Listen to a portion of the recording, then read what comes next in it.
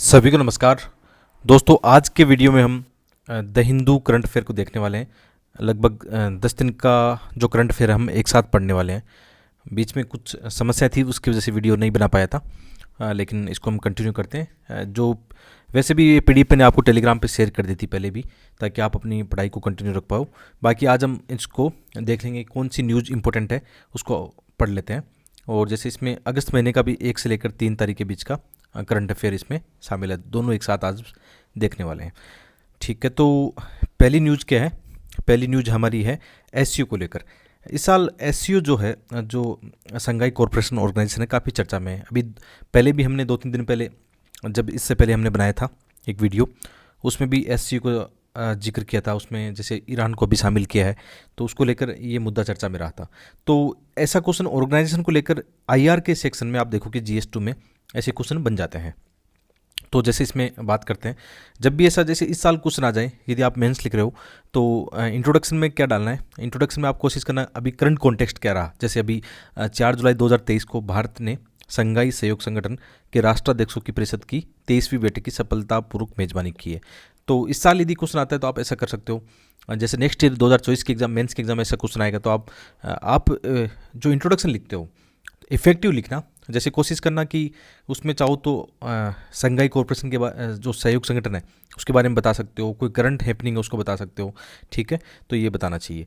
तो इसमें क्या हुआ, एक इसमें नई दिल्ली जो घोषणा पत्र है उसमें हस्ताक्षर किए थे, और नई दिल्ली घोषणा पत्र में कई सारी चीज़ों को इसमें शामिल किया गया है। विशेषकर जैसे कट्टरपंथ से मुकाबला कैसे करना है, आतंकवाद से कैसे मुकाबला करना है, और जो डिजिटल परिवर्तन हो रहा है उसमें कैसे हम आपस में मिलजुल कर आगे बढ़ सकते हैं। तो ये जो नई दिल्ली डिक्लेरेशन है उसको लेकर भी हो सकता है मेंस के एग्जाम में क्वेश्चन आ जाए। ऐसे क्वेश्चन कई बार प्रीलिम्स एग्जाम में भी आ जाते हैं। तो अभी जैसे जो चेंजिंग वर्ल्ड है उसमें किस प्रकार एससीओ भूमिका निभा सकता है, साथ में जैसे भारत कैसे आगे बढ़ता है, भारत अपने पड़ोसी देशों के साथ जो भी उनके डिस्प्यूट है, चीन को लेकर या पाकिस्तान को लेकर, आप कह सकते हो बहुत सारे मुद्दों को यहाँ सुलझा सकता है। एक अपॉर्चुनिटी हमारे पास में है। तो जैसे जैसे ये क्वेश्चन आता है तो उसमें मल्टी डायमेंशनल अप्रोच से लिखना, बहुआयामी दृष्टिकोण से आपका आंसर लिखना बहुत जरूरी है। तो उसमें जो कीवर्ड है वो आपकी बहुत हेल्प करेंगे। जैसे अभी क्या हो रहा है, अभी जैसे ये यहाँ पे लिखा है एक बदलती दुनिया यानी चेंजिंग वर्ल्ड में क्या हो रहा है, जैसे भू राजनीतिक संकट चल रहा है, रूस और यूक्रेन के मध्य चल रहा है। तो कहीं ना कहीं मतलब जो भू राजनीतिक संकट आते हैं वो पूरे विश्व को प्रभावित करते हैं। जैसे आपने अभी देखा होगा आर्थिक मंदी, बेरोजगारी का एक संकट देखने को मिल रहा है। तो ये कहीं ना कहीं ये सप्लाई चेन से लेकर जो वैश्विक घटनाक्रम हो रहा है, ये घटनाएं इनमें जिम्मेदार है। इसके अलावा आर्थिक मंदी है, ऊर्जा संकट है, भोजन की कमी है, जलवायु परिवर्तन है, जितने भी मुद्दे हैं उसमें कहीं ना कहीं ऐसे जैसे एससीओ जैसे संगठन है बड़ी भूमिका निभाते हैं। कई देश एक साथ मिलकर जब काम करते हैं तो इन समस्याओं के समाधान की एक धारा बहती है, आप ऐसा कह सकते हो। ठीक है, तो विश्व शांति और विकास के लिए हम जानते हैं कि बहुत सारी समस्याएं हैं। चाहे आप ये मानो कि ये जो पावर की लड़ाई चल रही है, पावर पॉलिटिक्स चल रहा है, या जो इकोनॉमिक जो क्राइसिस चल रहा है या संकट चल रहा है, प्रौद्योगिकी संकट कह सकते हो या विघटन हम कह सकते हैं। ठीक है, और वैचारिक प्रतिस्पर्धाएं, तो आप ये जानते हो ये चीज़ें खतरा है किसके लिए? वैश्विक शांति और सस्टेन डेवलपमेंट जो होता है उसके लिए खतरा है। तो वहाँ पर ये बात बनती है कि कैसे जो संगठन है, क्षेत्रीय रीजनल संगठन आप बोल सकते हो, कि मिलकर कैसे इन चीज़ों से लड़ सकते हैं। तो एससीओ क्या करता है, यही भूमिका निभाता है। जो पड़ोसी देश है या आप कह सकते हो जो आसपास के जो कंट्रीज आप जानते हो, एससीओ में 9 देश शामिल है। तो ये सब मिलके जो स्थानीय भू राजनीति है उसमें कैसे शांति ला सकते हैं, डेवलपमेंट कर सकते हैं। हम जानते हैं कि भारत जैसे मध्य एशिया तक भारत की पहुंच अच्छी है, तो वहाँ पे कैसे कनेक्टिविटी बढ़ाएंगे, कैसे व्यापार करेंगे, कैसे मानव संसाधन का विकास करेंगे, वहाँ पे एससीओ की एक बड़ी भूमिका हो जाती है। तो जब भी एससीओ का क्वेश्चन आए, बहुत ही सिंपल क्वेश्चन आएगा। पहले भी एससीओ का क्वेश्चन आ चुका है आईआर के अंदर, आगे भी जब भी क्वेश्चन आए तो इंट्रोडक्शन पार्ट में एससीओ के बारे में 2-3 लाइन में बता देना एससीओ क्या है। या तो फैक्चुअल बता सकते हो या करंट कॉन्टेक्स्ट में बता सकते हो।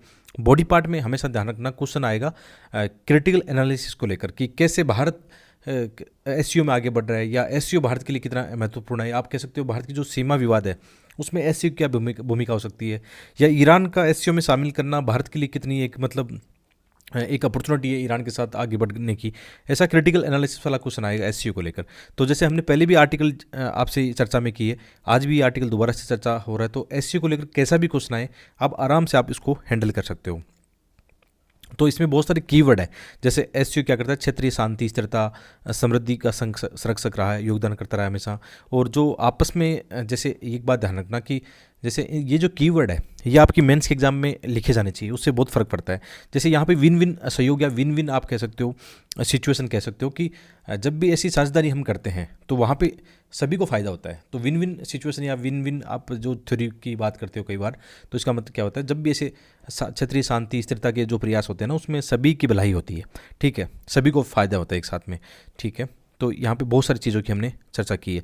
और इसमें यह भी है कि जैसे अभी क्या है, अभी विश्व क्या मल्टी, आप कह सकते हो जैसे बहुदूरीय जो व्यवस्था है उसमें केवल एक यूएस पावर नहीं है, अभी बहुत सारे पावर आ चुके हैं। आप इंडिया, चीन या मतलब जापान, कई सारे ऐसे देश हैं जो आर्थिक तकनीकी रूप से आगे बढ़ रहे हैं। तो वहाँ पे ये एक महत्वपूर्ण हो जाता है कि जब एससीओ जैसा संगठन होता है वो बहुत चीज़ों को लेकर आगे बढ़ता है। बहुत सारे मुद्दे होते हैं जहाँ पर इन चीज़ों की बातें की जाती है। जैसे आप यहाँ पे बात करोगे व्यापार की, निवेश की, आप साइंस और टेक की बात कर सकते हो, जलवायु कार्रवाई की बात कर सकते हो, सुरक्षा की बात कर सकते हो, बुनियादी ढांचे, बहुत सारे ऐसे मुद्दे हैं जिनमें एससीओ आगे बढ़ रहा है। तो आपके पास बहुत सारा यहाँ पे मटेरियल है, वैल्यू एडिशन आपके पास है कि कैसा भी क्वेश्चन आए आप इनको आसानी से आगे बढ़ा सकते हो।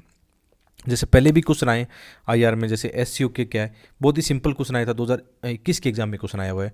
ठीक है, आईआर में बहुत ही सिंपल क्वेश्चन आया था कि एससीओ के लक्ष्य और उद्देश्य क्या है, इनका आपको विश्लेषणात्मक परीक्षण करना है। देखो यहाँ पे क्रिटिकल एग्जामिन लिखा हुआ है, इसका मतलब पक्ष और विपक्ष में लिखना है कि जैसे इसके क्या उद्देश्य हैं, क्या लक्ष्य हैं, क्या एससीओ इस लक्ष्यों में कामयाब हो पा रहा है, क्या एससीओ इन अपने उद्देश्य को प्राप्त कर पा रहा है, या कहीं ना कहीं जैसे कई बार आरोप लगते हैं कि एससीओ कहीं ना कहीं एक सैनिक गुट के रूप में उभर रहा है। जो वेस्टर्न गुट है वो ये बोलता है ना कि एससीओ एक नाटो के खिलाफ एक तरह से सैनिक गुट के रूप में उसका उभार देखा जा रहा है। तो ये दृष्टिकोण आपका होना चाहिए कि जब भी कोई चीज़ों को देखो ना, उसमें एक क्रिटिकल एनालिसिस जरूर देखना, मतलब तार्किक आपकी अभिव्यक्ति होगी तो आपको मार्क्स ज़्यादा मिलेंगे।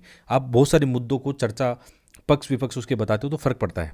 ठीक है, ऐसे ही क्वेश्चन आईआर में कैसे आते हैं, जैसे बिम्स्टेक को लेकर क्वेश्चन आ गया, सार्क को लेकर क्वेश्चन आ गया, जैसे बहुत सारे ऐसे संगठन को लेकर आ गया। इसका मतलब यदि आप कोर एनालिसिस करो, आप मेंस का, प्री का जो भी कोर एनालिसिस करते हो, तो आपको एक आइडिया लग जाएगा कि जैसे आईआर के अंदर आपको क्या पढ़ना होता है। आईआर में आप देखोगे हर साल एक क्वेश्चन किसी न किसी ऑर्गेनाइजेशन को लेकर आता है, और जो विशेषकर न्यूज़पेपर में चर्चा में रहता है उसका काफ़ी ज़्यादा महत्व रहता है। तो आप पहले से ही ऐसा एज्यूम करके या एनालिसिस करके अपने जो मार्क्स है वो बढ़ा सकते हो, आपकी दिशा भी एक अच्छी हो सकती है। तो आईआर के टॉपिक इस तरह से पढ़े जाने चाहिए, उसमें कीवर्ड का अच्छा रोल रहता है, जैसे अभी हमने ऊपर देखा। ठीक है, आगे बढ़ते हैं। अभी हाल ही में यूनेस्को ने कहा है कि जो स्कूलों में स्मार्टफोन है उनको प्रतिबंध लगाने की बात कही है, और ये बात सही भी है कि इसमें यह भी बताया कि जो स्मार्टफोन है या जो फ़ोन है इनकी वजह से बच्चों को नुकसान ज़्यादा हो रहा है, लर्निंग की बजाय इनको नुकसान ज़्यादा हो रहा है, चाहे स्क्रीन पर टाइम बिताने से या उनके बहुत सारे इमोशन, आप जानते हो बहुत सारे बच्चे गेम बहुत ज़्यादा खेलते हैं जो ख़राब गेम होते हैं, या बहुत सारे जो गलत वीडियो होते हैं, उनकी वजह से उनकी जो मानसिक क्षमता है, सोचने की क्षमता है, उस पर एक नेगेटिव इम्पैक्ट पड़ता है। तो यूनेस्को का ये एक मतलब कहना है। और ऐसी चीज़ें क्या करोगे आप, जब भी ऐसा लगता है कहीं आपको ऐसा क्वेश्चन आ गया, हो सकता है ऐसा एजुकेशन को लेकर एथिक्स में क्वेश्चन आ गया, तो आप बताओगे वहाँ पे एज एग्जाम्पल कि अभी हाल ही में यूनेस्को ने भी ऐसा बताया है, या मतलब स्मार्टफोन के जो प्रतिबंध है, बैन है, उस पर उसका समर्थन किया है। तो ये पॉइंट आपके लिए बहुत इंपॉर्टेंट होते हैं मेंस के एग्जाम में, करंट घटना को जोड़ो अपने आंसर में। ठीक है, तो अभी यूनेस्को का ये कहना था। तो इससे ये होता है कि इससे मतलब उन्होंने थोड़ा चर्चा भी की कि इसको लेकर बहुत सारे डाटा और साक्ष्य हैं कि मोबाइल फ़ोन का उतना कोई बेनिफिट बच्चों को नहीं है, उनकी लर्निंग प्रोसेस को लेकर उन पर उतना मतलब नहीं है। तो इसमें ये बताया भी है कि अत्यधिक स्क्रीन पर मतलब समय बिताने से जो बच्चों की जो भावनात्मक स्थिरता है उस पर क्या होता है, नेगेटिव इमोशन के साथ उनके नेगेटिव चीज़ों का प्रभाव ज़्यादा होता है। और यूनेस्को की एक रिपोर्ट भी, जैसे वैश्विक शिक्षा निगरानी रिपोर्ट, ये रिपोर्ट कई बार प्रीलिम्स में भी आ जाती है, और मेंस के एग्जाम में आप जैसे शिक्षा का क्वेश्चन आया गया, एथिक्स में ऐसा ही कोई लर्निंग का क्वेश्चन आ गया, तो वहाँ पे आप इस रिपोर्ट का हवाला दे सकते हो, रिपोर्ट को कोट करके बता सकते हो कि हाँ इस रिपोर्ट में ऐसा बताया गया है। तो ये रिपोर्ट इंडेक्स डाटा आपके लिए बहुत इंपॉर्टेंट है मेंस के एग्जाम में। देखो आप एक सामान्य दृष्टिकोण से लिखते हो और एक इस दृष्टिकोण से लिखते हो कि आप कोई डाटा देके, कोई इंडेक्स देके, रिपोर्ट देके बताते हो, तो आपका आंसर इफेक्टिव होगा अन्य स्टूडेंट की बजाय। तो ये करना चाहिए, मतलब इससे फ़ायदा ही मिलता है।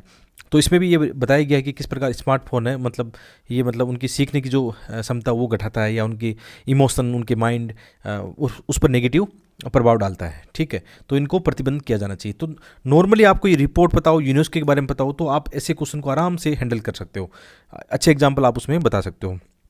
जैसे GS2 में स्कूली शिक्षा को लेकर क्वेश्चन आते हैं। ठीक है, इसके अलावा जैसे GS4 में भी एजुकेशन को लेकर एथिक्स में ऐसे क्वेश्चन आते रहते हैं, तो वहाँ पे ऐसे एग्जाम्पल आपको वो क्वेश्चन डील करने की क्षमता प्रदान करेंगे। ठीक है, आगे बढ़ते हैं नेक्स्ट टॉपिक पर। ये टॉपिक बहुत अच्छा है। अभी हाल ही में जैसे हिमाचल में जो बाढ़ आई थी, ठीक है, तो इसके बारे में बताया जा रहा है कि क्या ये बाढ़ मैन मेड है, यानी मानव जनित बाढ़ है, या मतलब या मानव जनित जो डिजास्टर है, या फिर नेचुरल डिजास्टर इसको कहेंगे। ठीक है, इस आर्टिकल में एनालिसिस करेंगे। लास्ट में जब ये आर्टिकल एंड होगा तो उसको समराइज मैंने कर दिया, ताकि मुझे ऐसा लगता है ऐसा क्वेश्चन आता है क्योंकि लगातार आप देखोगे GS1 में ज्योग्राफी के सेक्शन में और GS3 में डिजास्टर मैनेजमेंट में ऐसे क्वेश्चन आते हैं। ठीक है, डिजास्टर मैनेजमेंट में भी आते हैं और GS फर्स्ट में ज्योग्राफी है। ठीक है, वहाँ पे भी ऐसे क्वेश्चन आते हैं। जैसे शहरी बाढ़ का 2 बार क्वेश्चन आ चुका है, या कई बार जैसे जो लैंडस्लाइड्स है उनका क्वेश्चन आ चुका है, चक्रवात का क्वेश्चन आ चुका है। तो ऐसे जो बाढ़ वाले क्वेश्चन है उनकी संभावना ज़्यादा है। ये भी हमारे जो कोर एनालिसिस है उसके अंदर है, ऐसे क्वेश्चन आने के रिपीट होने के चांसेस बहुत ज़्यादा है। थीम रिपीट होती है यूपीसी में, प्री और मेंस दोनों में, तो आपके लिए इंपॉर्टेंट है। तो अभी हाल ही में जो बाढ़ है उसमें डाटा देख के बताया गया है कि वहाँ पे मतलब जैसे इस साल मानसून के दौरान भी हमने देखा, या पहले भी ऐसी घटनाएं घटी है जहाँ पे हिमाचल प्रदेश में क्या हुआ, बहुत ज़्यादा जीवन और संपत्ति को नुकसान पहुँचाया गया है, और इसमें मरने वालों की संख्या भी काफ़ी ज़्यादा है, और जो हमारी जीडीपी को नुकसान होता है, ठीक है, वो भी एक बड़ा डाटा यहाँ सामने आ रहा है। तो इसमें ये बताया जा रहा है कि ये जो बाढ़ है उसका कारण क्या जलवायु परिवर्तन के कारण है। ये जलवायु परिवर्तन के कारण जो अभी एक्सट्रीम सिचुएशन हो रही है, या भारी वर्षा हो रही है, बादल फटने की घटनाएं हो रही है, इसकी वजह से हो रहा है, या जो हमारा जो नियोजित विकास है या हमारी जो प्लानिंग है, हमारा जो डेवलपमेंट है, उसकी वजह से हो रहा है। तो यदि इनका एनालिसिस करें तो दोनों चीज़ें हैं इसमें। जब भी ऐसा क्वेश्चन आए तो आप नेचुरल वे में बताना कि नेचुरली ये हो रहा है कि आजकल वर्षा का पैटर्न चेंज हो रहा है, आजकल अलिनो लालिनो की घटनाएं घट रही है, जलवायु परिवर्तन के कारण ऐसा हो रहा है। उसमें क्या हो रहा है, बहुत ही मतलब कम समय में अधिक वर्षा हो रही है। क्लाउड ब्रस्टिंग का आप बता सकते हो कि वो भी एक प्राकृतिक आप कह सकते हो नेचुरल फिनोमिना है, जो कि वहाँ पे अक्सर ऐसी घटनाएं घटती है। लेकिन कहीं ना कहीं जो ये हम बात मानते हैं कि नेचुरल घटनाएं हो रही है, लेकिन जो एक तरह से आप कह सकते हो जान माल की जो क्षति है, नुकसान है, उसमें जो हमारा जो इंफ्रास्ट्रक्चर है, हमारी जो प्लानिंग है, उसका भी एक मतलब कह सकते हैं रोल है। वो बहुत सारे कारक इसमें अभी बताएंगे, उस पर हम चर्चा करेंगे। तो ऐसा क्वेश्चन आए तो आप उसमें भी बहुआयामी दृष्टिकोण यानी अलग अलग एंगल से बात करना, बहुत सारे अच्छे एग्जाम्पल बताना, चीज़ों को कोट करना, डाटा बताना, ठीक है, बहुत सारे बुलेट पॉइंट में लिखना इसको। तो इसमें लिखा है कि जैसे क्या ये मतलब जलवायु परिवर्तन इसका अकेला मतलब इसका जिम्मेदार है, तो ऐसा नहीं है। और ऐसा साथ में रिपोर्ट भी बता सकते हो, जैसे आप जानते हो कि जो आईपीसीसी की 6ठी रिपोर्ट है उसमें भी ये बताया गया था कि जो भारत का हिमालय क्षेत्र है और तटीय क्षेत्र है, जलवायु परिवर्तन से सबसे ज़्यादा प्रभावित होगा और संवेदनशील क्षेत्र है। तो निश्चित रूप से आप इस रिपोर्ट का भी मतलब कोट कर सकते हो, उसमें चाहो तो इंट्रोडक्शन में डाल सकते हो। तो एक बात सत्य है कि एक पक्ष आंसर नहीं लिखना, आपको केवल ये नहीं लिखना कि मानवजनित कारणों से हो रहा है, और ये भी एक तरफ नहीं लिखना है कि ये केवल जलवायु परिवर्तन के कारण ऐसा हो रहा है। दोनों को मिक्स करके लिखना, और दोनों के अंदर दोनों को बड़ी हेडिंग बना के, सब हेडिंग में बहुत सारे कीवर्ड आएंगे इसमें, जिसको आगे बहुत अच्छे से बताया गया है। तो इसमें हम ये एज ए केस स्टडी भी आप इसको कहीं बता सकते हो। यदि ऐसा क्वेश्चन आए 250 वर्ड वाला क्वेश्चन है तो उसमें आप जैसे जो बाढ़ की घटना है उनमें एक हिमाचल प्रदेश की केस स्टडी को आप बता सकते हो एक मैप बना के, ठीक है। और तो सबसे पहले इसमें हम बात करते हैं कि जैसे हम बात करते हैं हमारा जो विकास डेवलपमेंट मॉडल, उस पर बात करते हैं। तो इसमें बताया गया कि हिमाचल प्रदेश में एक समय जब हिमाचल प्रदेश राज्य बना था अलग हो गए, ठीक है, तो उस समय 1971 के आसपास वहाँ का जो इंफ्रास्ट्रक्चर है या वहाँ का जो विकास मॉडल है उसके अंदर इन्वायरमेंट को भी शामिल किया गया था। तो एक तरह से मतलब अच्छा विकास उस समय चल रहा था, उतनी जो आपदाएं कह सकते हो, प्राकृतिक आपदाएं उतनी नहीं हो पा रही थी, या मतलब हो रही थी तो उससे नुकसान नहीं हो रहा था, ठीक है। कहीं ना कहीं उनका प्लानिंग अच्छी थी, लेकिन बाद में क्या हुआ, धीरे धीरे एक दबाव बढ़ता है कहीं ना कहीं डेवलपमेंट का, या आजकल जैसे हम कह सकते हैं जो हमारा माइंड सेट हो गया कंजप्शन बहुत ज़्यादा इन्वायरमेंट से लेने का, तो उसके बाद में पैटर्न बदलता है। और पैटर्न बदलने के बाद जैसे कोई भी राज्य चाहता है कि वो बहुत ज़्यादा डेवलपमेंट उसमें दिखाए, क्योंकि कई बार ऐसे हमारे देश में डेवलपमेंट के मानक आते हैं, उसमें दिखाया जाता है कि वो राज्य गरीब कैटेगरी में है, ठीक है, वहाँ पे भूखमरी है, ऐसी बहुत सारी चीज़ें आती है। तो कहीं ना कहीं स्टेट पे भी दबाव बनता है कि वो कैसे मतलब अपना डेवलपमेंट करें। तो फिर बात आती है इंफ्रास्ट्रक्चर की, तो इंफ्रास्ट्रक्चर में फिर जो प्राकृतिक चीज़ें उनको नुकसान पहुंचाया जाता है। विशेषकर हिमाचल प्रदेश में से बहुत सारे कारक देखने को मिलेंगे। जो वहाँ की जो स्थानीय पारितंत्र उसको काफ़ी नुकसान पहुंचाया गया, विशेषकर जो वहाँ की जल विद्युत परियोजनाएं हैं, वहाँ पे ऐसे बहुत सारे पॉइंट देके बताए गए थे, ऐसे कि जल विद्युत परियोजनाएं मतलब बहुत जगह पहाड़ी क्षेत्रों में ऐसी जगह वहाँ पे डेवलपमेंट उनका हुआ, जो कि कहीं ना कहीं वहाँ की जो जियोलॉजी है, ठीक है, उसको नुकसान पहुँचाता है, ठीक है। तो ये पॉइंट आप बता सकते हो। आगे बहुत सारे कीवर्ड जैसे टूरिज्म के लिए इंफ्रास्ट्रक्चर का विकास हुआ, उसमें बहुत सारे राजमार्ग आप बोल सकते हो, बहुत सारी ऐसी डेवलपमेंट की चीज़ें विकसित की गई, उससे भी कहीं ना कहीं जो स्थानीय जो आप कह सकते हो जो चट्टानें हैं या पारितंत्र है, वो इससे नेगेटिव इम्पैक्ट उस पर देखने को मिला है। उससे बहुत सारे भूस्खलन की समस्या आती है, कई सारे संकट देखने को मिले हैं। इसके अलावा वहाँ पर बहुत सारे सीमेंट के जो प्लांट है वो भी कहीं ना कहीं इसके लिए जिम्मेदार बताए गए हैं। उसमें भी सीमेंट विशेषकर जैसे सीमेंट के लिए कच्चा माल चाहिए, तो उनमें पहाड़ों को आप जानते हो माइनिंग से पहाड़ों को तोड़ा जाता है, बहुत सारे मतलब इंफ्रास्ट्रक्चर इसमें भी विकास किया जाता है, तो ये भी एक रीज़न है। तो इनको कीवर्ड को पकड़ सकते हो आप, टूरिज्म को पकड़ सकते हो, जो मानव जनित कारक है इसमें आप सीमेंट वाली चीज़ों को बता सकते हो। वहाँ पे जो भूमि का परिवर्तन हुआ है, जो आप कह सकते हो भूमि उपयोग में परिवर्तन, यानी पहले क्या होता था, जैसे कोई पहाड़ी है तो वहाँ पे सीढ़ीनुमा कृषि की जाती थी, ठीक है, जो कि उस वहाँ के पारितंत्र के हिसाब से बहुत ही सही थी, है ना। लेकिन जैसे जैसे आजकल ये पैटर्न बदला है, तो कहीं ना कहीं मतलब वहाँ पे नई नई मशीनें आ गई, तो इन पहाड़ों को काट कर जो कृषि कार्य किया जाता है, जो वहाँ की इन्वायरमेंट इकोलॉजी के हिसाब से सही नहीं है, तो उससे भी कहीं ना कहीं नेगेटिव इम्पैक्ट आता है। ये चीज़ें भी आप साथ में बता सकते हो। तो ऐसे बहुत सारे कारक है, इसको मैंने शॉर्ट में यहाँ पे बता दिया है कि जब भी ऐसा मुझे ऐसा फील हो रहा है कि ऐसा क्वेश्चन 2023 या 24 में ऐसा क्वेश्चन जब भी आए, या इस पैटर्न पर कोई दूसरा क्वेश्चन भी आए, तो उसको आप संभाल सको, है ना। तो इंट्रोडक्शन पार्ट में वही बताना जो करंट हैपनिंग वाला मामला बन रहा है वो आप बता सकते हो, या कोई आईपीसीसी की रिपोर्ट का आप कोट करके बता सकते हो। बाद में जैसे हिमाचल जो बाढ़ का कारण जाने हम, तो उसमें दोनों चीज़ें बताना, नेचुरल भी बताना और मानव प्रेरित भी बताना। नेचुरल में आप बता सकते हो जैसे क्लाइमेट चेंज हो रहा है, अभी एक्सट्रीम जो वेदर कंडीशन होती है उसमें हेवी रेन की समस्याएं हैं, अलिनो लालिनो की घटनाएं वो बता सकते हो। मानसून रेन के दौरान ऐसी घटनाएं होती है, आप इसमें क्लाउड ब्रस्टिंग भी जोड़ सकते हो, जैसे यहाँ पे पॉइंट अच्छा है। लैंडस्लाइड्स भी आप बता सकते हो, कभी कभी चट्टानों का खिसकना या झीलों में गिरना, कई सारे ऐसी मतलब झीलों का फटना, ऐसे कारण हो सकते हैं। जो पश्चिमी विक्षोभ होता है उसमें बहुत भारी वर्षा या ऐसी घटनाएं हो सकती है। इसी तरह जो मानव जो प्रेरित घटनाएं उसमें आप ये बता सकते हो वहाँ का डेवलपमेंट मॉडल कैसा है, विशेषकर वहाँ पे जैसे जल विद्युत वाली जो परियोजनाएं हैं ये काफ़ी मतलब वहाँ के पारितंत्र को नुकसान पहुँचा रही है। इसके अलावा पर्यटन है, फसल पर्यटन है, सीमेंट संयंत्र है, वनों की कटाई है। अच्छा, ये जो पॉइंट हमने चर्चा में किया है, ये आर्टिकल में जो चीज़ें आई हैं, ये हिमाचल जो बाढ़ है उसकी स्पेसिफिक रीजन भी बताए गए हैं। तो इसका फ़र्क पड़ता है कि आप एक तो तुक्केबाजी करो कि आपको पता हो नॉर्मल आप वैसे करो, एक आप वही पॉइंट देखो जो यहाँ की घटनाओं के लिए जिम्मेदार है। जैसे जल विद्युत आप जानते हो वहाँ पे है, पर्यटन है, फसल का पैटर्न कह सकते हो, सीमेंट जो संयंत्र है वहाँ के हैं। तो इससे फ़र्क पड़ता है, मतलब कि आपका आंसर अलग नजर आएगा और एकदम टू दी पॉइंट सटीक नजर आएगा, तो उससे आपके मार्क्स भी अच्छे बढ़ जाएंगे। इसी तरह जैसे आप सोल्यूशन पार्ट भी बताओ, जैसे वे फॉरवर्ड बताते हैं या सोल्यूशन पार्ट भी बताते हैं कि इन समस्याओं को कैसे हम रोक सकते हैं। तो इसके अंदर बहुत सारी चीज़ें हैं, जैसे जो भी हितधारक है उनको शामिल करके इन चीज़ों पर चर्चा करनी चाहिए, सरकार हो चाहे आम नागरिक हो या जो डेवलपमेंट बॉडीज है उनको सबको यहाँ पे जोड़ना चाहिए। और ये क्या करें, इन चीज़ों को थोड़ा सा खोजबीन करेंगे कि रीजन क्या है। इसके अलावा जैसे जो सामाजिक बुनियादी ढांचे हैं, ठीक है, जो भी सोशल इंफ्रास्ट्रक्चर है उसमें ये होना चाहिए कि किसी के साथ ऐसा नुकसान हुआ है। अब बहुत सारे इसमें कीवर्ड आ सकते हैं कि जैसे वहाँ पे सामाजिक सुरक्षा ढांचा अच्छा हो, सरकार डेवलपमेंट के लिए अच्छा काम करती हो, या रोजगार की चीज़ें, काफ़ी चीज़ें इसमें जुड़ सकती है। इसके अलावा भी बहुत सारे पॉइंट इसमें शामिल लिखे गए हैं। तो ऐसे क्वेश्चन लगातार आते हैं। 2020 के एग्जाम में जो आया था शहरी बाढ़ वाला, ये क्वेश्चन दोबारा भी आया था पहले, ठीक है। तो ऐसे क्वेश्चन लगातार आते रहते हैं, ये आप समझ गए होंगे, ठीक है। आगे ये बहुत इंपॉर्टेंट आर्टिकल है जो GS2 में आपके काम आएगा, कहाँ पे, पॉवर्टी एंड हंगर में, कि कैसे हम जो जीरो हंगर है, ठीक है, वो प्राप्त कर सकते हैं, कैसे हम जो भूखमरी है उसकी समस्या का समाधान कर सकते हैं। तो इसके लिए हमें क्या करना होगा, तो ये टॉपिक GS2 से डायरेक्ट रिलेट करता है। तो इसके अंदर आपको बहुत सारी चीज़ें देखने को मिलेगी।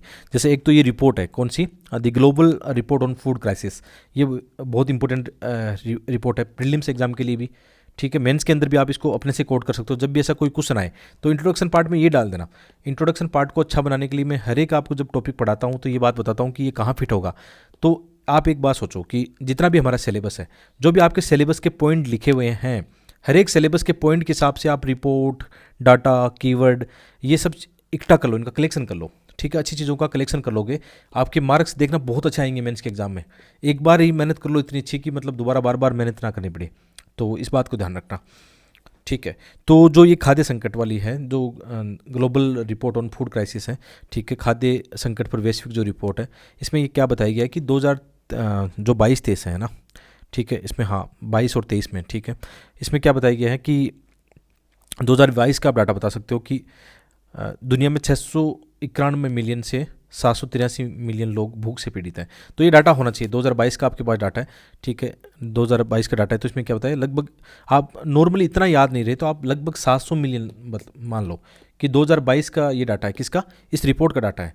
इसके अनुसार अब जैसे मुझे कोई इंट्रोडक्शन लिखना हो, कोई कृषि इसका आ गया, भूखमरी का कोई क्वेश्चन आ गया, तो मैं क्या करूँगा, जैसे इंट्रोडक्शन पार्ट में क्या डाल दूंगा कि हाल ही में जारी खाद्य संकट पर वैश्विक रिपोर्ट के अनुसार वैश्विक रिपोर्ट 2022 के अनुसार या 2023 के अनुसार, ठीक है, इससे फर्क नहीं पड़ता कौन सी ईयर की है ना।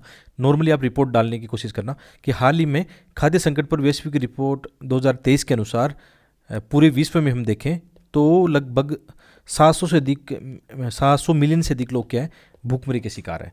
तो इंट्रोडक्शन पार्ट में इतना रोचक आपने लिख दिया, उसको अंडरलाइन कर देना जो भी आप लिखते हो, तो उसका फ़र्क पड़ता है। ठीक है, बहुत अच्छा लगता है उसका आंसर देखने में, ये उसको पढ़ के भी मतलब एग्जामिनर जरूर इंप्रेस होगा कि आपका एक आंसर का स्ट्रक्चर बहुत बढ़िया है। तो इस रिपोर्ट में कई सारे कारक भी बताएंगे कि क्या कारण है भूखमरी के, क्या कारण है। तो इसमें जैसे आप कह सकते हो कि जैसे कोविड-19 के बाद ये समस्याएं ज़्यादा बढ़ी थी, उसके बाद में जैसे अभी जो रूस और यूक्रेन संकट बढ़ रहा है उसके कारण क्या हो रहा है, जो सप्लाई चेन है उसकी बाधाओं के कारण क्या हो रहा है, कहीं ना कहीं ये होता है कि फिर भोजन की जो है कीमतें बढ़ जाती हैं। आप देखना अभी कितना संकट इसमें देखने को मिल रहा है, और भी कृषि से जुड़े हुए मुद्दों को भी इसमें बताया गया है। ठीक है, तो इस रिपोर्ट में हम देखेंगे तो मुख्य रूप से इन्हीं चीज़ों पर चर्चा की गई, विशेषकर जो भूखमरी के कारण है या जो खाद्य असुरक्षा है उसके बहुत सारे कारक यहाँ पे बताए गए हैं। तो इसमें जैसे नॉर्मली कई बार क्या होता है, आपके पास कोई रिपोर्ट नहीं हो तो आप ये डाल सकते हो जैसे खाद्य सुरक्षा क्या है। खाद्य सुरक्षा का मतलब क्या कि मतलब सभी लोगों तक हर समय मतलब और पर्याप्त सुरक्षित पौष्टिक भोजन तक शारीरिक व आर्थिक पहुँच, यानी एक तरह से फिजिकली और इकोनॉमिकली दोनों दृष्टिकोण से उनके पास पहुंच होनी चाहिए एक अपना स्वस्थ जीवन जीने के लिए। तो इस प्रकार ये खाद्य सुरक्षा की एक परिभाषा है, ये भी कभी कभी आप इंट्रोडक्शन में डालते हो तो ये भी एक अच्छी परिभाषा लगती है। ठीक है, तो कौन से कारक है विशेषकर जैसे लॉकडाउन 2020-19-20 के आसपास, 2020 के आसपास आर्थिक मंदी है। ठीक है, ये कारक है। इसके अलावा जो रूस और यूक्रेन संकट है, इसके अलावा बहुत सारी सरकारी जो पॉलिसीज़ है उसको लेकर भी मुद्दे हैं, जैसे आप पीडीएस के मामलों को कई बार देखते हो, एमएसपी के देखते हो। ठीक है, और विशेषकर जैसे आजकल हमारा जो कृषि खाद्य जो पैटर्न है, आप कह सकते हो जो अच्छी उपजाऊ लैंड है उसकी भी कभी कहीं ना कहीं कमी हो रही है। कई सारे इसमें पैटर्न ऐसे बताए गए हैं। ठीक है, और सॉल्यूशन में भी साथ में बताएंगे, जैसे 4-5 जो कारक बताएं। जैसे सबसे पहले आप ये बता सकते हो कि जो भूखमरी है उसके कारण क्या है। इस आर्टिकल में 4-5 ही कारण जो हम चर्चा में कर चुके हैं, इसके अलावा और भी बहुत सारे कारक होते हैं जो आप बता सकते हो। ठीक है, गरीबी है, बेरोजगारी है, ये सब बहुत सारे मुद्दे हैं जो आपस में जुड़े रहते हैं। और सॉल्यूशन में भी आप कोशिश करना ऐसे मुद्दों को लेकर आओ। तो विशेषकर इसमें जैसे जो इस आर्टिकल में सॉल्यूशन प्रोवाइड किए गए हैं वो है जैसे विशेषकर जो कमज़ोर आबादी है, जो ऐसी वंचित वर्ग है, उनको मतलब उनकी पहचान करना और उनके लिए बहुत सारी ऐसी पॉलिसीज बनाना। जैसे हमारे देश में बहुत सारी ऐसी नीतियाँ बनाई गई रोजगार को लेकर, खाद्य सुरक्षा को लेकर। हमारा खाद्य सुरक्षा कानून भी है, पीडीएस के माध्यम से किस प्रकार भारत की लगभग आप कह सकते हो खाद्य सुरक्षा कानून के तहत भारत की लगभग 70 या 67% आबादी उसमें दायरे में आती है कि कोई भी भूख से ना मरे, सभी को खाद्यान्न उनका हक है मिलना, वो मिले। तो ये भी आप बता सकते हो हमारी सरकार की योजनाओं को ऐसे अपने आंसर में बताना। इसके अलावा पोषण विकास के लिए भी हमारे बहुत सारे कार्यक्रम चल रहे हैं, वहाँ पे सरकार और जो नागरिक समाज है, निजी सेक्टर है, सब मिलकर इन चीज़ों को और आगे बढ़ा सकते हैं। ठीक है, इसमें कुछ सजेशन दिए गए थे कि स्वस्थ खाद्य आउटलेट, मतलब ऐसे आउटलेट भी बनने चाहिए, सरकार इनको फंडिंग कर सकती है, उनको इंसेंटिव दे सकती है, उससे भी फ़र्क पड़ता है। और जैसे विशेषकर जो स्ट्रीट फूड है उसको लेकर भी एक जो पोषण सुरक्षा गुणवत्ता की जो मानक है वो डिसाइड होनी चाहिए। इसमें भी इंफ्रास्ट्रक्चर को लेकर कई बातें की गई है। तो ऐसे कई सारे मुद्दे हैं, विशेषकर जैसे हम जानते हैं हमारे GS3 में ऐसे जो खाद्य सुरक्षा वाले मुद्दे हैं वहाँ पे हम पीडीएस से लेकर जो हमारे वेयर हाउस है, कोल्ड स्टोरेज है, उनकी हम काफ़ी चर्चा करते हैं, क्योंकि जो खाद्य इंफ्रास्ट्रक्चर है उसका अच्छा निर्माण होना जरूरी है, इसमें निवेश होना बहुत जरूरी है, इसीलिए तो हम खाद्य सुरक्षा सुनिश्चित कर पाएंगे। तो ऐसे बहुत सारे मुद्दे जो आपस में जुड़े रहते हैं, इस आर्टिकल में भी चर्चा की गई, लेकिन ये थोड़ा अलग एंगल से विशेषकर खाद्य सुरक्षा के बजाय जैसे भूखमरी के कारण क्या है, उनके समाधान क्या है, उन पर चर्चा की गई है। तो ऐसे क्वेश्चन आते हैं, विशेषकर उसमें स्थानीय सरकारों की भूमिका भी आप बता सकते हो। देखो ये आर्टिकल ऐसे हैं जैसे, और इन आर्टिकल को आजकल मैं ऐसे लिख रहा हूँ कि कारण क्या है, उनका समाधान क्या है, ताकि आपके पास पॉइंट हो लिखने के लिए। पूरे आर्टिकल मतलब पूरे पैराग्राफ लिखने की आवश्यकता नहीं है, वहाँ पे कीवर्ड भी आपके पास होंगे, एग्जाम्पल आपके पास होंगे, डाटा होंगे, रिपोर्ट होगी, इंडेक्स होगा, तो आप आराम से उसको हैंडल कर सकते हो। और ऐसे ही क्वेश्चन आते हैं, आप 2019 के एग्जाम में देखना निर्धनता और भूख में के बीच में संबंध किस प्रकार ऐसा क्वेश्चन आया है। नेक्स्ट टॉपिक है, ये केवल प्रीलिम्स के लिए काम का है, लेकिन मेंस के एग्जाम में कई बार एग्जाम्पल के तौर पे बता सकते हो जहाँ पे कृषि सेक्टर को लेकर कुछ ऐसा क्वेश्चन आए। तो ये चर्चा में क्या है अभी, यूरिया गोल्ड, यानी ये क्या है, सल्फर कोटेड यूरिया है। पहले हमने नॉर्मल यूरिया का पढ़ा, बाद में नीम कोटेड यूरिया का पढ़ा, फिर नैनो यूरिया का पढ़ा, और अभी हम पढ़ रहे हैं सल्फर कोटेड यूरिया। यानी ये मतलब आप कह सकते हो कि एक जो तकनीकी में सुधार आ रहा है, ये कहीं ना कहीं जो हमारी कृषि की समस्या है उनमें समाधान निकालने की बात है। तो ऐसे क्वेश्चन आते हैं, 2016 के एग्जाम में, प्री एग्जाम में ऐसा क्वेश्चन आया है। तो क्वेश्चन आ सकता है यूरिया गोल्ड क्या है, ये नीम कोटेड यूरिया से भी अधिक क्या है, अधिक किफ़ायती और असरदार है। मतलब जैसे हम क्या करते हैं नॉर्मल, हम भी खुद जैसे हमारी जो फसलें हैं उसमें हम यूरिया डालते हैं, तो नॉर्मली जो यूरिया आती है ना वो क्या होती है, बहुत जल्दी पिघल जाती है, यानी जो पेड़ पौधों को ढंग से मिलना चाहिए था वो नहीं मिल पाती है, तो वो ख़राब हो जाती है, मतलब एक तरह से उसका न्यूट्रिशन उनको नहीं मिल पाता है। तो फिर नीम कोटेड यूरिया, जैसे अभी हम जो यूज़ कर रहे हैं, दोनों कर रहे हैं, नीम कोटेड यूरिया और जो आजकल नैनो यूरिया आ गई है, नैनो यूरिया लिक्विड में फॉर्म में, वो हम जो हमारे फुहारे चलते हैं, जो पानी की व्यवस्था है उसी के माध्यम से उनको सप्लाई करते हैं, तो वो भी अच्छी है। जो लिक्विड यूरिया है काफ़ी किफ़ायती है, लेकिन जैसे नीम कोटेड यूरिया कई समय तक फसलों में रहती है, वो इतनी आसानी से घुलती नहीं है, तो वो जो न्यूट्रिशन मिलना चाहिए वो आसानी से मिल पाता है। तो सल्फर जो कोटेड यूरिया, उसी का एक आगे का एक वर्जन आप कह सकते हो। और इससे क्या होगा, मिट्टी में जो सल्फर की कमी है वो दूर होगी, और साथ में जो पोषक तत्व है उनकी धारण क्षमता भी बढ़ जाएगी। इससे क्या होगा, मतलब वही किसानों की पैदावार बढ़ेगी, इनकम में वृद्धि होगी। ये सारे मुद्दे आप बता सकते हो। इसके अलावा भी बहुत सारे बेनिफिट आप आराम से पढ़ लेना, कोई दिक्कत नहीं, बहुत ही सिंपल टॉपिक है। आपको बस ये पता होना चाहिए कि ऐसे क्वेश्चन कहाँ किस टाइप के बन सकते हैं, तो वो आपको थोड़ा सा आइडिया होना चाहिए। इसमें समझाने लायक कुछ नहीं है। जैसे ये क्वेश्चन 2016 में देखना, नीम कोटेड यूरिया का आ चुका है, तो ऐसे क्वेश्चन आ सकते हैं, मतलब उसी ट्रेंडिंग हम देखें तो ऐसे बनते हैं क्वेश्चन। आगे बढ़ते हैं, ये बहुत इंपॉर्टेंट है। और ऐसे एग्जाम्पल आप कहाँ बताओगे, ऐसे और एथिक्स में से एग्जाम्पल बताना। देखो मैगजीन में, ये तो मैगजीन से न्यूज़पेपर पढ़ने में ये फ़ायदा है, न्यूज़पेपर में ऐसे बहुत सारे एग्जाम्पल केस स्टडी आती है, या आप कह सकते हो मतलब ऐसी कहानियाँ, स्टोरी, एग्जाम्पल ये आते हैं जो अपनी मेंस के एग्जाम में लिखना होता है। मैगजीन पढ़नी चाहिए, नो डाउट, इसमें कोई शक नहीं है, मैगजीन का भी फ़र्क पड़ता है। और जैसे मतलब नॉर्मली करंट अफेयर के लिए आप क्या करते हो कि नॉर्मली करंट अफेयर में हमें यही करना चाहिए, ठीक है। एक तो आप न्यूज़पेपर जैसे कोई भी पढ़ा रहा हो, आपके पास टाइम नहीं है, जैसे मैं पढ़ा रहा हूँ तो आप यहाँ से पढ़ सकते हो। इनकी जो पीडीएफ है, मंथली पीडीएफ वगैरह आपको मिल जाती है अपने, ठीक है। और ये पीडीएफ भी आपको टेलीग्राम पे फ्री मिलती है। इसके अलावा जैसे मंथली मैगजीन वगैरह से आप कवर कर सकते हो, लेकिन नॉर्मली दोनों चीज़ें मिल जाती है तो फ़ायदा होता है, इससे नुकसान नहीं होता। जैसे कई बार आप ये भी कहते हो कि ये नोट्स कहाँ से मंगाएं, तो आप यहाँ पे स्क्रीन पे देखना, जो राजेश बुक डिपो उनके नंबर दे रहा हूँ। कई लोग लगातार कमेंट कर रहे थे कि कहाँ से मंगवाएं, तो आप राजेश बुक डिपो से ये मंथली जो विजन की मैगजीन आती है वो भी मंगा सकते हो। इसके अलावा जैसे आपको कोई भी नोट्स चाहिए, किसी भी कोचिंग की चाहिए, टेस्ट सीरीज चाहिए, वो भी आप यहाँ पे राजेश बुक डिपो को कॉल करके आप दिल्ली से मंगवा सकते हो। ट्रस्टेबल पर्सन है, ठीक है, कोई दिक्कत नहीं आएगी आपको। आप मेरा नाम भी उनको रेफरेंस के तौर पे बता सकते हो, ठीक है। तो राजेश बुक डिपो के जो नंबर है यहाँ पे स्क्रीन पे आपको दिखाई दे रहे हैं। इसके अलावा डिस्क्रिप्शन भी चेक करना, आप उनके आपको नंबर मिल जाएंगे, ठीक है। उनको कांटेक्ट करके आप जो भी नोट चाहिए आपको उनसे मंगवा लेना, ठीक है। तो इस टॉपिक की हम बात कर रहे थे अभी कि जैसे ये टॉपिक कहाँ काम आ सकता है आपके ऐसे और एथिक्स में, एग्जाम्पल के तौर पे काम आ सकता है। जैसे आप नॉर्मली ऐसे खुद ऐसे राइटिंग में या एथिक्स में ऐसे एग्जाम्पल बताना कि जैसे केरल का एक गांव है, उसमें क्या है, जैसे यहाँ पे हिंदू और जो मुस्लिम है दोनों की मतलब जो मंदिर है वो परिसर एक तो आसपास में है, और साथ में जैसे यहाँ पे ये एक तिजोरी दोनों रखी गई है, मतलब जैसे हम दान पेटी में पैसा देते हैं ना, उसी तरह से दोनों एक साथ रखे गए। तो मतलब ये एक सौहार्द का यहाँ पे एग्जाम्पल देखने को मिल रहा है कि ये जैसे अभी जैसे नूह है, मेवात में भी वहाँ पे ऐसी घटनाएं घटी है, तो वहाँ पे भी ऐसे लोग आए हैं, समाज के लोग आए हैं, सभी धर्मों से मिलकर, जो मतलब कहीं ना कहीं एक सौहार्द की जो भावना है उनको आगे बढ़ा रहे हैं। तो ऐसे एक प्रैक्टिकल एग्जाम्पल आप ज़रूर बताना, ठीक है। तो ये कहाँ पर है, केरल में है, केरल का एक गाँव है, कौन सा, इलावरम कुंजी जो गांव है, ठीक है। वहाँ पे ऐसा एग्जाम्पल देखने को मिला है कि दोनों धर्म की जो आप कह सकते हो दान पेटी या तिजोरी जो है एक ही मंच पर खड़ी है। और मतलब अब जैसे कोई भी धर्म का व्यक्ति आता है, चाहे मुस्लिम का आएगा तो वो हिंदू वाली पेटी में डालेगा, हिंदू आएगा तो मुस्लिम की जो वहाँ पे दान पेटी उसमें डालेगा, यानी वहाँ पे कोई भेदभाव नहीं है। ये एक बढ़िया एग्जाम्पल है, ऐसे एग्जाम्पल आप जरूर बताते रहना। यही होता है कि मतलब आप मेंस की आंसर राइटिंग को कैसे रीच कर सकते हो, आपकी कैसे सोच को एक अच्छा कर सकते हो, तो वहाँ पे ऐसे एग्जाम्पल काम आते हैं। नेक्स्ट टॉपिक जो है, भारत में जो बाघों की संख्या है उसको लेकर ये डाटा आया था। पहले भी ये बाघों की जो रिपोर्ट आई थी, भारत में कितने बाघ हैं, कहाँ पर हैं, किस किस मतलब नेशनल पार्क है, अभयारण्य या जो टाइगर रिजर्व वहाँ पे हैं। तो ये लगातार हम देख रहे हैं कि बाघों की संख्या भारत में अच्छी हो रही है, मतलब बढ़ रही है। ये हमारे लिए एक अच्छी बात है। अभी हाल ही में एक नया डाटा है, उसमें भी ये बताया गया कि भारत में लगभग 3682 बाघों की गणना की गई है।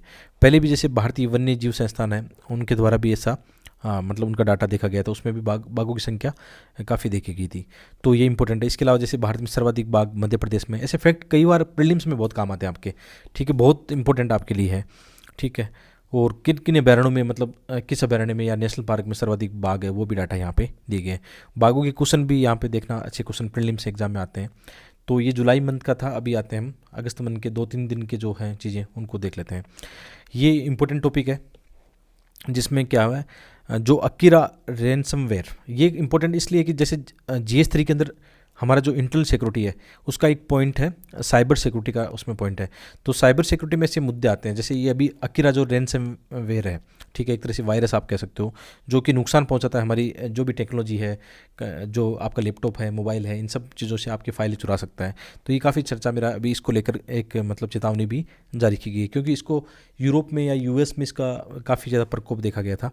तो ये जो एक हमारी भारत की संस्था है, याद रखना ऐसे जब भी क्वेश्चन आए तो उसमें आपको कुछ ना कुछ ऑर्गेनाइजेशन का नाम पता होना चाहिए। जैसे भारत की जो सर्ट इन आपने नाम सुना होगा कभी, कंप्यूटर इमरजेंसी रिस्पॉन्स जो टीम है, जो सर्ट इन जिसको बोलते हैं, उन्होंने ये चेतावनी जारी की है इस रैनसमवेयर को लेकर, अकीरा को लेकर, कि ये किस प्रकार जो विंडोज़ है या लिनक्स है, किस प्रकार इनके उपकरणों को, उनकी डाटा चोरी कर सकती है, उनको नुकसान पहुंचा सकती है।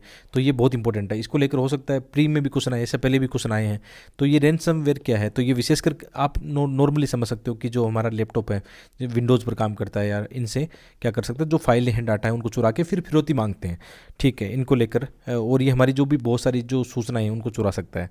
और इनसे उपाय क्या है, इनसे बचने के उपाय भी इसमें बताए गए, क्योंकि कई बार क्वेश्चन की डिमांड ये हो सकती है कि ऐसी घटनाओं से बचने के क्या उपाय है।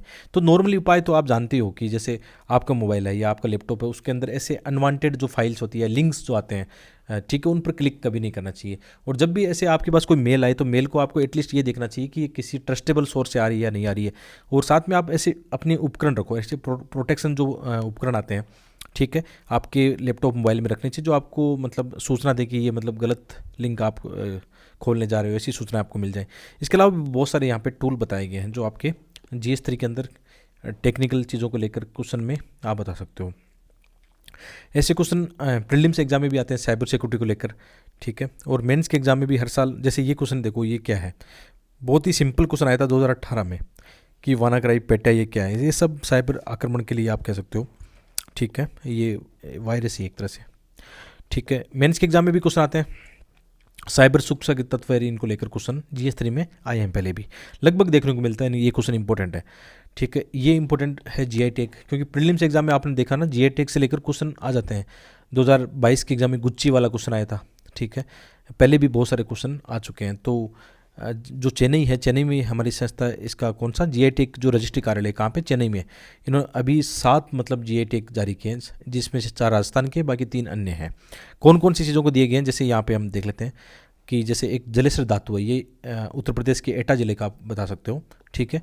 और ये काफ़ी पुरानी मतलब एक धातु शिल्प कला है, उसको ये प्रदान किया गया है। इसमें डिटेल भी है कि पीतल के बर्तन बनाने के लिए भी इसका उपयोग किया जाता है, सजावटी जो बर्तन होते हैं, कलाकारी है, ठीक है। इसके अलावा गोवा का एक आम है मनकुरद, ठीक है, ये आम आप देख सकते हो यहाँ पे। गोवा की एक मिठाई हलवा जिसको आप कहते हो, वो भी यहाँ पे इसको भी दिया गया है। इसके अलावा राजस्थान की जो शिल्प कला है, जिसमें उदयपुर की जो है कोप्ट गारी इस धातु शिल्प कला है, इसमें जो हथियार है, वहाँ के हथियारों को मतलब सोने चांदी कि इनको काफ़ी जड़ा जाता है, ठीक है, डिजाइन कलाकारी की जाती है इस पर। इसके अलावा जो बीकानेरी कसीदाकारी शिल्प कला है उसको प्रदान किया गया है, डिटेल भी यहाँ पे लिखी गई है। जोधपुर की जो बंदेज शिल्प कला है, बंदेज मतलब आप जानते हो ना कि जो कपड़े होते हैं उन पे किस प्रकार गांठे लगा के उनको कलर या डाई की जाती है उस पर।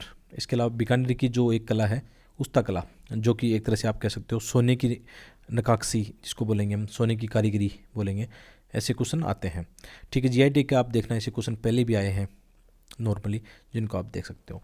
तो ये हमारा आज का लेसन था, काफ़ी लंबा था लेकिन प्री और मेंस दोनों के हिसाब से इंपॉर्टेंट है और टू दी पॉइंट है कि यहाँ से आपको हर एक न्यूज में ऐसा लगेगा कि क्वेश्चन बन सकते हैं। तो इसकी जो PDF आप टेलीग्राम से डाउनलोड कर लेना फ्री ऑफ कॉस्ट, ये सब चीज़ें मैं भेज दूंगा। इसके अलावा आपको मंथली PDF चाहिए तो फिर आप हमारी वेबसाइट से डाउनलोड करना। बहुत बहुत धन्यवाद।